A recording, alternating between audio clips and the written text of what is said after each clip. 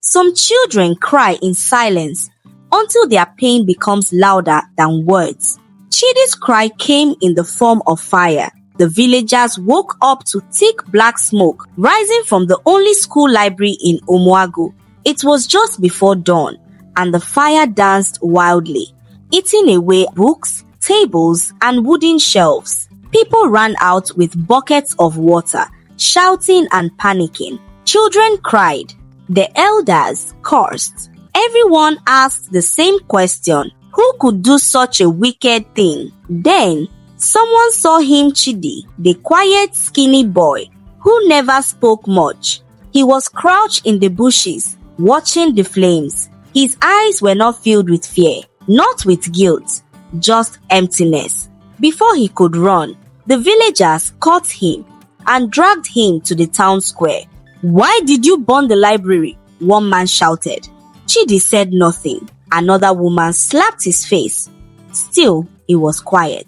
The chief came forward, his voice firm. "You will tell us, or you will suffer the consequences." Chidi looked up. Slowly, his lips moved just a little. "No one ever listened to me before. Why should I speak now?" The crowd gasped. What would make a 14-year-old boy burn the only place in the village meant to help children like him? They didn't know the answer. They only saw a criminal. But Mama Kate, an old retired teacher, saw something different. She didn't look at his hands. She looked into his eyes. And in that moment, she knew this wasn't just a crime. This was a message, a cry, a story no one had cared to hear. Before the fire came the silence. And in that silence, Chidi was invisible. Chidi was not always the boy who burned things. Once, he was just a quiet boy who sat at the back of the class, too shy to raise his hand. His uniform was always faded. His sandals were old and cracked. Most days, he came to school hungry. He spoke only when spoken to, and even then, his voice was low, like someone afraid to take up space. His classmates often laughed at him. "Evil face, goat eyes," they would tease. When he walked past the market square, women would whisper, "That boy again, no manners," just like his father. His teachers, tired and overworked, never called on him. If he failed a test, they ignored it. If he didn't show up, no one asked why. At home, things were worse. His father, Chuka, drank every night. Chidi would sit outside their small mud house, listening to his father shout at the air, sometimes at ghosts, sometimes at Chidi, dead mother. "You left me with this useless boy!" Chuka would scream. When Chidi entered the room, the beatings came. A slap, a belt, a kick, no dinner.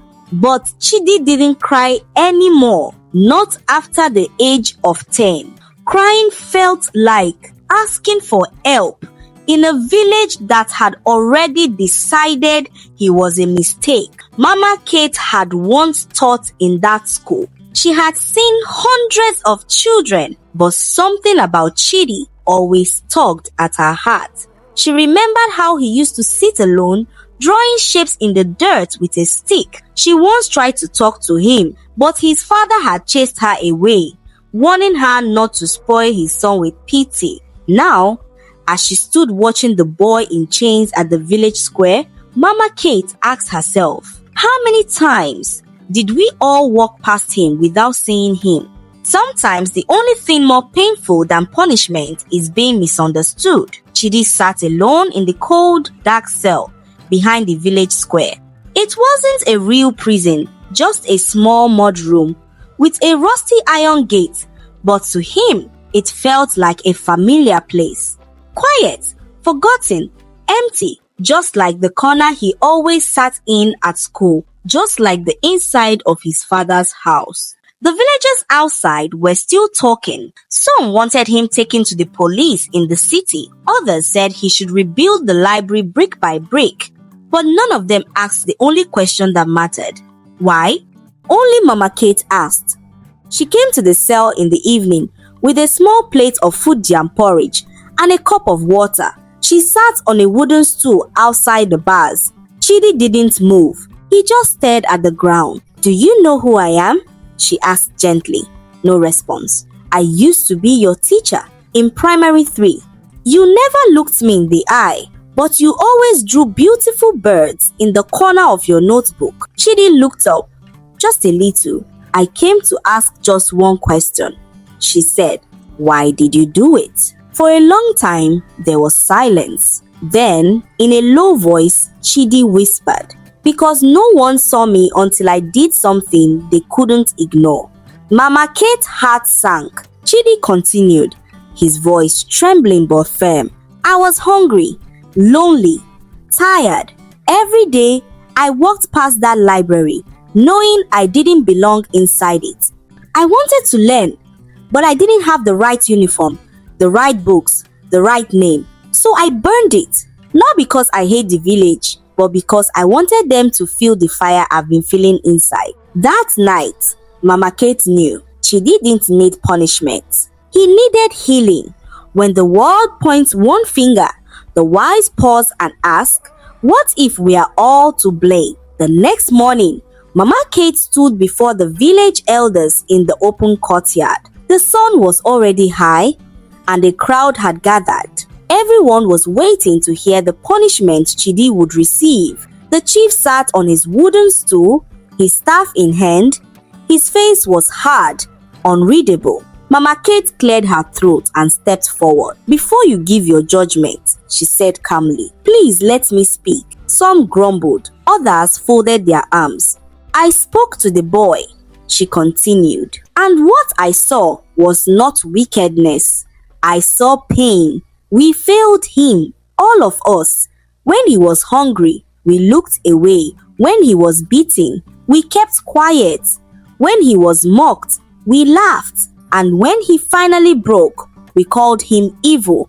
A silence fell over the crowd. "This is not just about a library," she said, her voice rising with passion. "This is about every child we have forgotten, every voice we have ignored.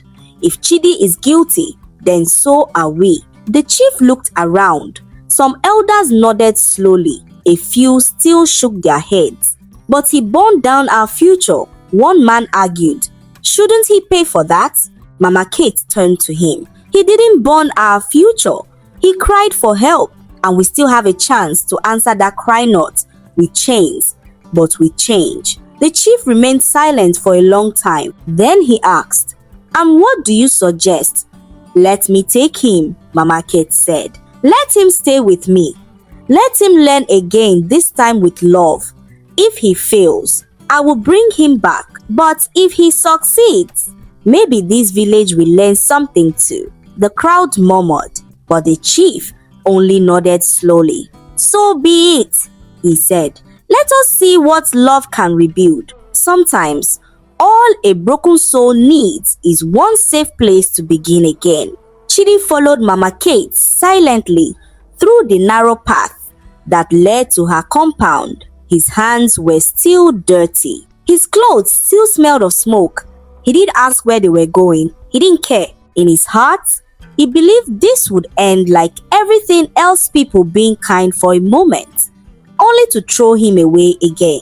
Mama Kate's house was small but clean. Flowers lined the entrance, and a carved wooden bench sat outside the door. She opened the gate, let him in, and gave him a small room with a mat, a blanket, and a bar of soap. "This is your home now," she said, "but only if you want it to be." That night, Chidi sat on the mat, staring at the ceiling. He could hear crickets outside and the low hum of Mama Kate singing a quiet tune in the next room. No shouting, no slaps, no empty plates, just peace. The next morning, she woke him up early. "Time to work," she said with a smile.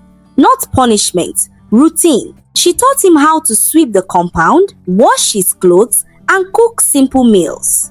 In the afternoons, they read books together, starting with picture books, then small storybook.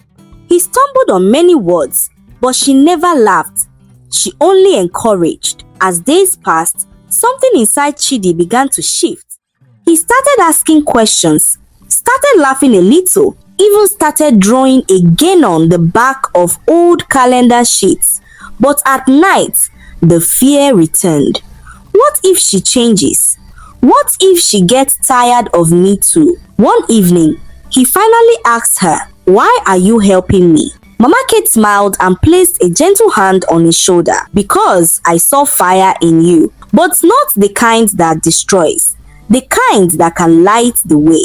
Even when you start to heal, the world may still hold onto who you used to be." Word spread quickly around Umuagu.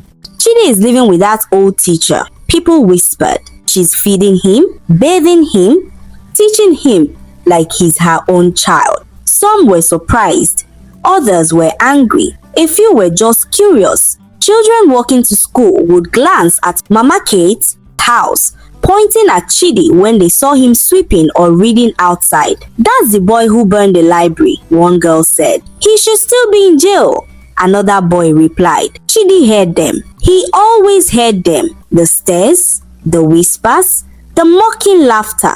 They followed him everywhere like shadows. And every time he saw them, a part of him wanted to run back into the darkness to hide, to protect what little was left of his heart. One afternoon, as he helped Mama Kate carry a basket from the market, a woman blocked their path. "You are spoiling that boy," she snapped. "Children like him don't change."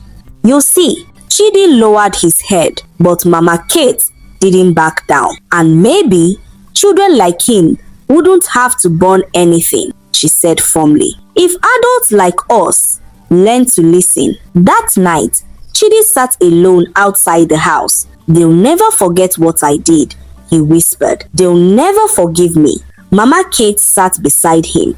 "Forgiveness doesn't come from others first. It starts with you. You are not what you did, Chidi. You are who you choose to become." Tears filled his eyes, but he didn't let them fall. Deep down, he still carried shame, fear, and anger. But now, for the first time, he also carried something new, hope. A broken name can be mended, but only when the owner dares to carry it again. The village school had reopened the library in a small classroom with borrowed books and a few wooden chairs. It wasn't much, but it was a beginning. One morning, Mama Kate stood at the door of Chidi's room and said, "Today, you will go back to school." Chidi froze. "They'll laugh at me," he said. "The teachers will hate me. I'll never belong." She sat beside him. "If you run from your past, it will follow you forever. But if you face it, even with shaking hands, it will lose its power." He didn't answer right away, but after a long pause, he nodded. At the school gate, students whispered as he walked in. Some laughed, some pointed. Even the head teacher looked shocked. But Mama Kate had already spoken to him, and so, reluctantly, the school agreed to take Chidi back on one condition. He had to prove he had changed. Chidi was placed in a corner seat in the classroom, the same corner he had once sat. Only now, he was no longer invisible. Every eye was on him. The teacher gave him an exercise book and some pencils. His hands trembled, his heart pounded, but he wrote, slowly, carefully, one word, then another, then a full sentence. After class, the teacher paused beside him and looked at his book. "You wrote well today," she said. It was just 5 words, but to Chidi, it felt like a bridge built with kindness. He walked home that day with his head a little higher. The whispers still followed him, but this time he didn't look down. He was walking back into the world that had thrown him away, step by step, word by word. Growth is not the absence of struggle, but the strength to rise again after falling. A few weeks passed, and Chidi began to settle into school life. He still sat alone, but now he answered questions in class. He helped the janitor sweep the compound. He read every book he could borrow from the small library. Mama Kate often smiled quietly when she saw him reading by lantern light at night. But healing is never a straight road. One Friday afternoon was walking home when he heard shouting near the market. A group of boys had cornered Kunle's old friend from the streets. Kunle had helped him steal food once, had slept beside him near the abandoned shrine on cold nights. Now, Kunle was being accused of theft. As Chidi approached, Kunle's eyes met his. "Chidi," he shouted, "tell them I'm not a thief. You know me." The villagers looked at Chidi waiting. This was his test. He could walk away and protect his new image, or he could speak up and risk everything. Chidi stepped forward. "He didn't steal anything," he said clearly. "We were together. He was helping me carry firewood." Some villagers doubted him, others sneered, but a few looked thoughtful. Later that night, Mama Kate asked him why he defended Kunle. "Because I was him," Chidi replied. "And if someone hadn't stood for me, I wouldn't be here." Mama Kate smiled. "You just passed your biggest test. Not a school test, not a library exam, but the test of character, the kind that shows who you've become when no one is watching." Chidi knew he was still healing, still learning, still growing, but for the first time in his life, he was proud of the boy he saw in the mirror. When a voice, once ignored, finally speaks with truth, even the loudest critics are forced to listen. It was the day of the village's youth celebration. Every year, the children of Umuagu gathered in the town square to perform songs, dances, and speeches. This year, the head teacher made a surprising announcement. "Our final speech will be given by Chidi." Gasps rippled through the crowd. Some villagers frowned. Others whispered, "The boy who burned the library. What could he possibly say?" Chidi stood on the wooden stage, his palms sweating. The sun was hot, and all eyes were on him. But Mama Kate stood at the back, nodding. He took a deep breath and began. "I know many of you still see me as the boy who set fire to something good, and maybe I was. But before the fire, I was the boy no one saw. I was the boy who sat in the dark and waited for someone, anyone to notice that I was hurting." The crowd was silent. "I'm not here to ask for pity," he continued. "I'm here to say that children don't burn down libraries unless they've been burning inside for a long time. I set fire to that place because I wanted you to feel what I felt. Alone, angry, lost." He paused, then lifted his head. "But someone saw me, and because of her, I'm standing here today not to destroy, but to rebuild." Tears welled in the eyes of some elders. Even the chief leaned forward. "I don't want to be remembered for what I broke," Chidi said softly. "I want to be remembered for what I'm trying to fix, starting with myself." When he finished, the square was quiet. Then, slowly, one person clapped. Then another. Then the whole village stood and clapped not just for his words, but for his courage. It is never too late for a village to embrace a child, especially the one they nearly lost. After the speech, things began to change, not just for Chidi, but for the entire village of Umuagu. For the first time, the villagers didn't look at him with fear or judgment. They greeted him by name. Children waved at him on the way to school. Some even asked for help with their homework. The chief invited Mama Kate to speak at a community meeting. There, she suggested something bold: a mentorship program for struggling children, those often ignored, left behind, or misunderstood. "We must never wait until a child burns to realize they were cold," she said. The elders agreed. They called it Chidi Light. Mama Kate and Chidi worked together to set it up. They visited homes, spoke with parents, and encouraged teachers to look beyond test scores. Chidi shared his story in nearby villages, not to shame anyone, but to inspire.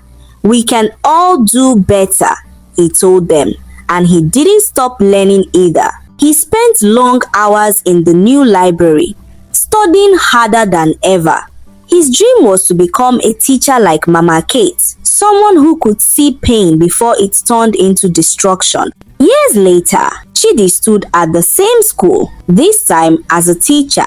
On his first day, he saw a small boy sitting alone in the back of the class. Dirty shirt, quiet eyes. Chidi knelt beside him and smiled. "What's your name?"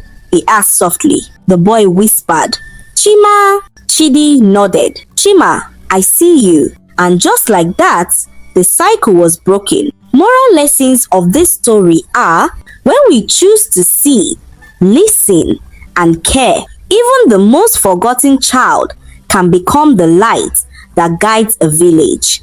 What Mama Kate said shook the whole village. But what about you? Would you have seen the pain behind Chidi's silence? If this moment made you pause, hit that like button, drop a comment, and help us share this story. It could be someone's wake-up call. And if you want more truth-filled African stories like this, make sure you subscribe for more. And thank you for watching, and I hope you enjoyed the story.